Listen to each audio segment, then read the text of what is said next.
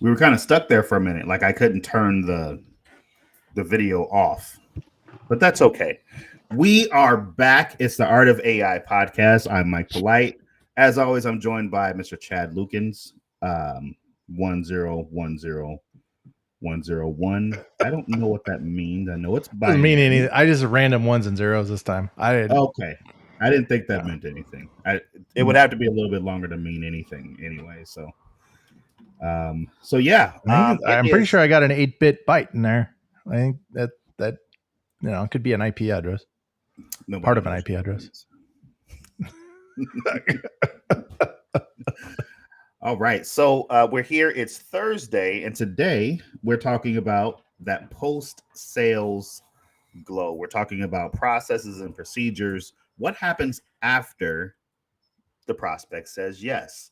What do you do? How do you move on from there? Because for a lot of companies, the work is just getting them to say yes, right? And then there's this thing that happens after they say yes, where some people, especially newer businesses, they go, okay, well, now what? How do I do this part?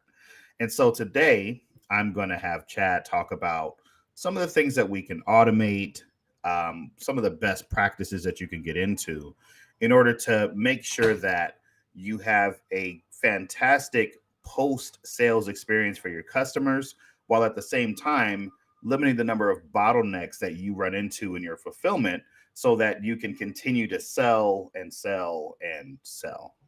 Chad, you want to talk a little bit about that?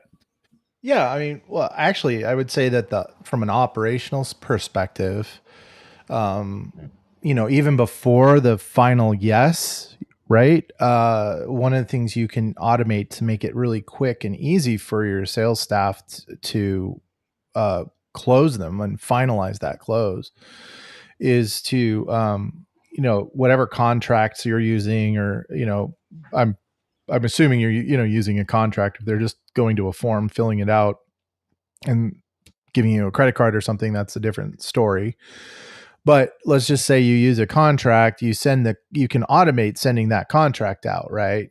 There's programs like PandaDoc, DocuSign, and there's others out there. There's tons of them out there where you can create it and fill it from the CRM, Go High Level, WooSender, it doesn't matter.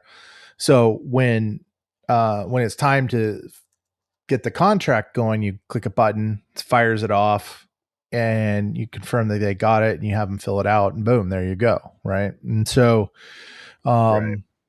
and that way, it's not like, oh, I've got to go edit it, because we want people to right away jump in with that enthusiasm, get the paperwork done while they're stoked, instead of, oh yeah, I still got to do that, right? Days later. It's just you can lose deals, not because not for anything other than you didn't capitalize on the enthusiasm at the time, right?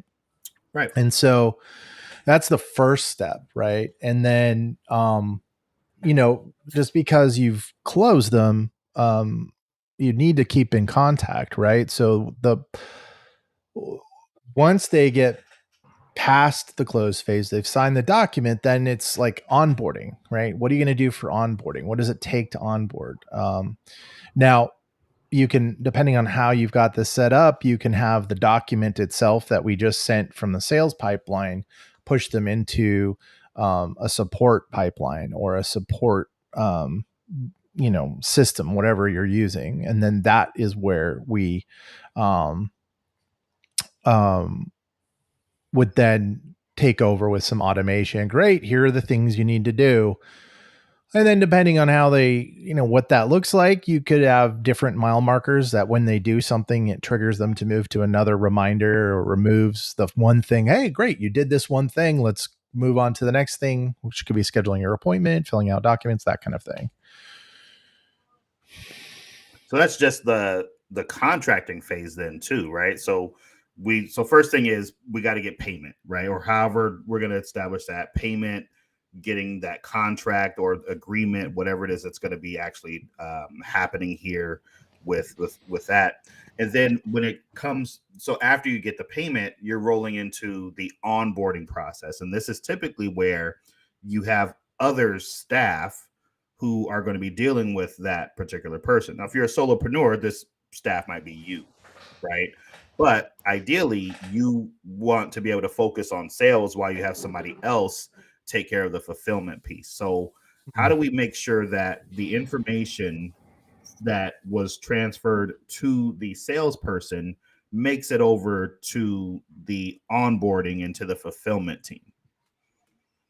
Well, that's why you use the same system, or you have that data hard coded into the record of the client, right? The contact record of the client.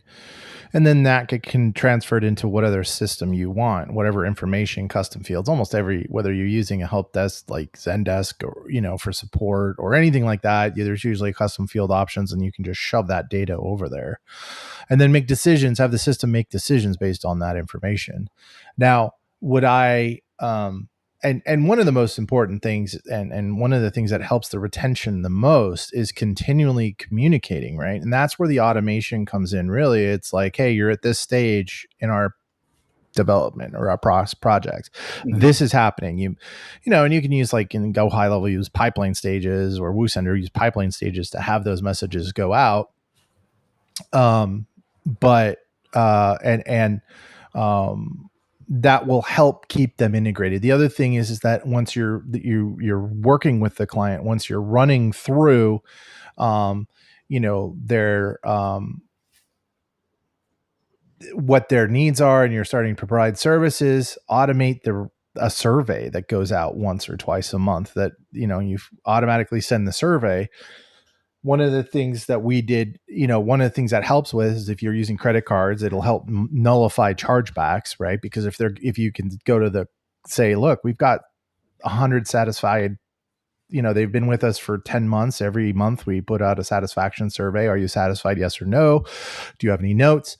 That binary choice will go, hey, they haven't shown any dissatisfaction at all, as well as it's a good temperature to make sure that they don't become dissatisfied. Right. We But want to be able depending to on tell your price point, what we might be missing at some point, right?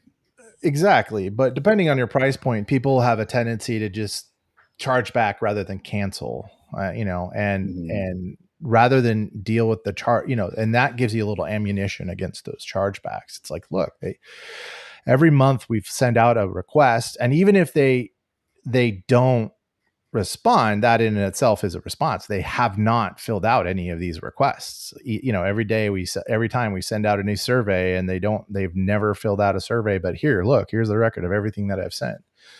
Got it. Just to help with, and then that's more for high ticket. I mean, if you're doing e-commerce stuff, that's never mind. Right. That's It's a different animal altogether. So I want to back up just a little bit and talk about STIPs, right? And so STIPs are the things that you need in order to actually do fulfillment. So we work with solar companies in the financial field, like mortgage officers, things like that. And everybody's got STIPs. So like the solar company, for example, they'll want to see a phone bill, for example, or the mortgage guys, they like to get their hands on credit reports or proof of income or things like that, depending on what it is that you're actually looking for. A lot of that can be automated, and you can use AI to be able to stay on top of getting those things. So like Chad was mentioning before, if we have, for example, let's say we need a proof of income. We need bank statements and like a payroll. What are the payroll things? A pay stub, right? You can send a form where your prospect or your client, your person who said yes, can upload those things, right? And on the back end, of course, you can see when it comes in, but if it has system automatically reaching out to that person and reminding them to go ahead and get that uploaded so that you can provide the service that they signed up for. Right. Yeah. I mean, an example of how in the solar industry we might do something is like, they need the power bill, right?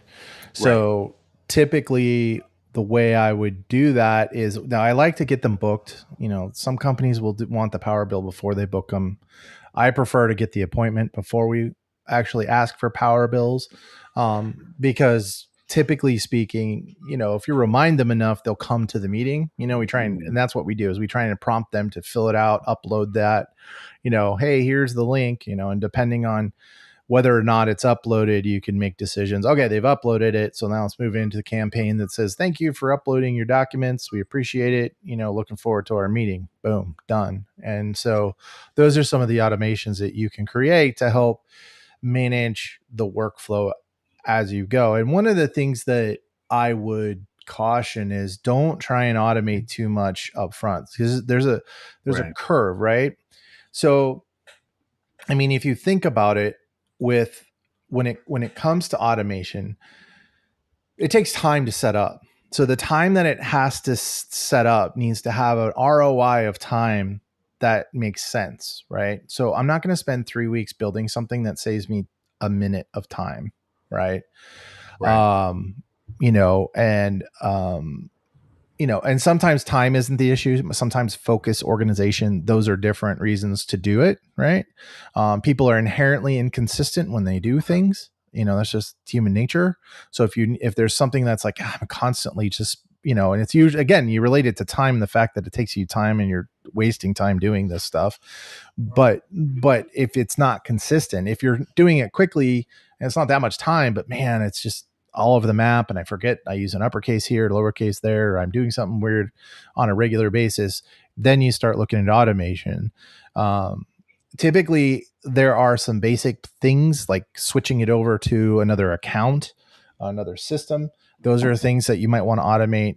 For example, in our system, if we want to put them in our contracting system, we just tag them and they go off to the contracting system, and then we put them on the contract if we need to, or we can tag the exact contract that we want them to have, and then it sends off, right? Because sometimes we do custom. It has to be a custom contract for a different thing.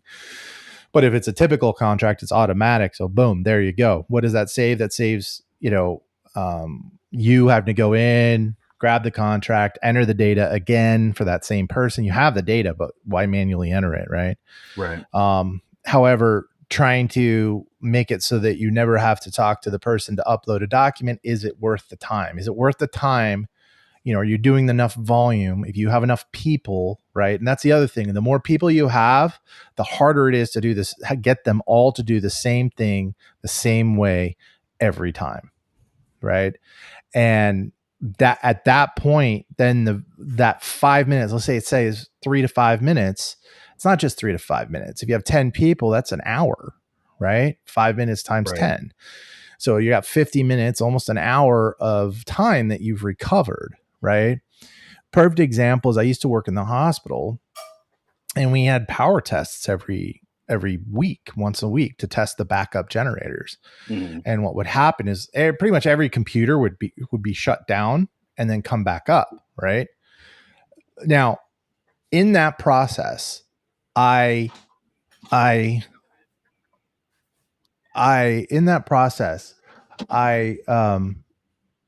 spent hours. Like, it would take 3 or 4 people running up and down the hospital for almost a day and a half, right? And I think I worked it out to like 40 or 50 man hours every week, right? Between all of us running around fixing these computers, because they would auto log in, right? Mm-hmm. Now, I spent 2 weeks writing a script that would automatically do it, right? I saved 40 hours a week. Now, yeah, it took me 2 weeks to do, but writing that script saved the organization like 40 hours a week. You extrapolate it. I saved them almost $110,000 with 2 weeks of work, right? And so that's kind of what you need to look at with the automation too. I mean, this was scripting, which is basically automation. But, when you're looking at automating processes, where are your choke points, right? And what are the repetitive tasks that you can have something just do for you? You? And does building the automation increase the consistency of what you're doing as far as the data, the way it's presented, whatever? Does it make sure it gets done because you forget, right? That's another reason to spend time on automation because, hey, I forgot to follow up with so and so. That's why we build automated sales pipelines, is because you cannot, the only way to fight human nature is not have humans do the work. Human nature is the lead comes in, I'm working that lead. That's the lead I'm working. It just came in, it's hot, I'm going to jump on it. Problem is, 2% of those people are going to close.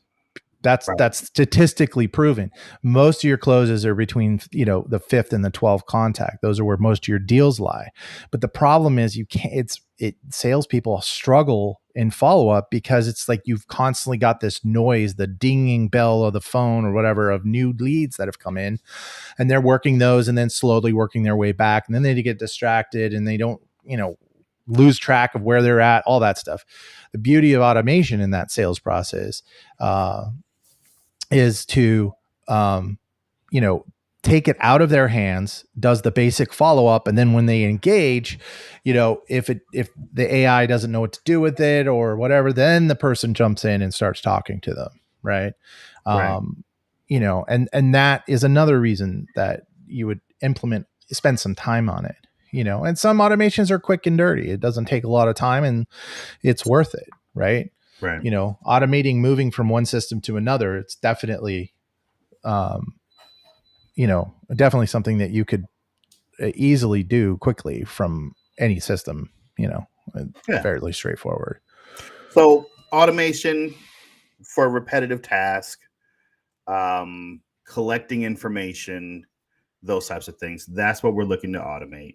And that's what we do as AI operations specialists. And that's what you should do in your business. If you have a process that's already established, you should be looking to automate the parts of it so that you don't have to touch those pieces.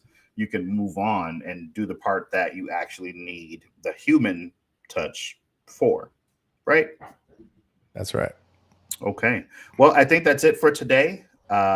This has been the Art of AI podcast. I'm Mike Polite.